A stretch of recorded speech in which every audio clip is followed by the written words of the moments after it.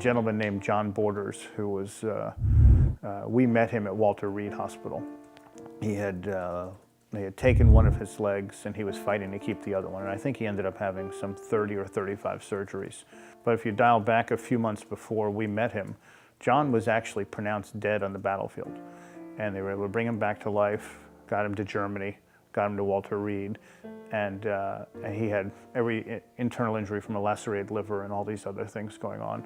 And they were able to literally piece him back together, and he ended up losing a leg. For him, he only lost a leg. You know, in his mind, he said, you know, this was the best possible outcome at that point. I said, you know, what can we do for you? He says, I just want to be able to provide for my family. You know, so here he was, already down a leg, fighting for the other one. He had this monster cast contraption going on his leg, and all he wanted to do was figure out how to get back up on, literally back up on his feet. To tell you the impact, the money that we had was, his kids were in Kansas with his parents, and they were able to come visit one day a month. You know, they literally would leave Kansas on a Friday night, come in, spend Saturday afternoon, Saturday night, and go back Sunday morning.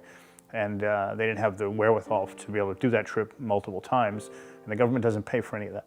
You know, that's family expense, and they've got to figure out how to deal with it. So we were actually able to give John and his family enough money through one of the charities that he could move his kids to Washington. He moved off the campus at Walter Reed to an adjacent apartment, put their family back together, and the doctor said the impact on his rehab was a 3x.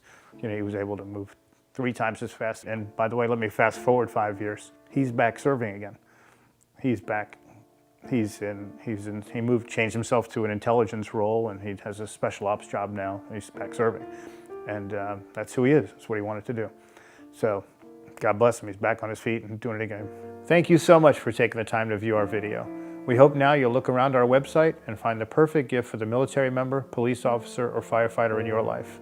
My name is Lane Ostro, and thank you very much on behalf of Products for Good and the Honor One campaign.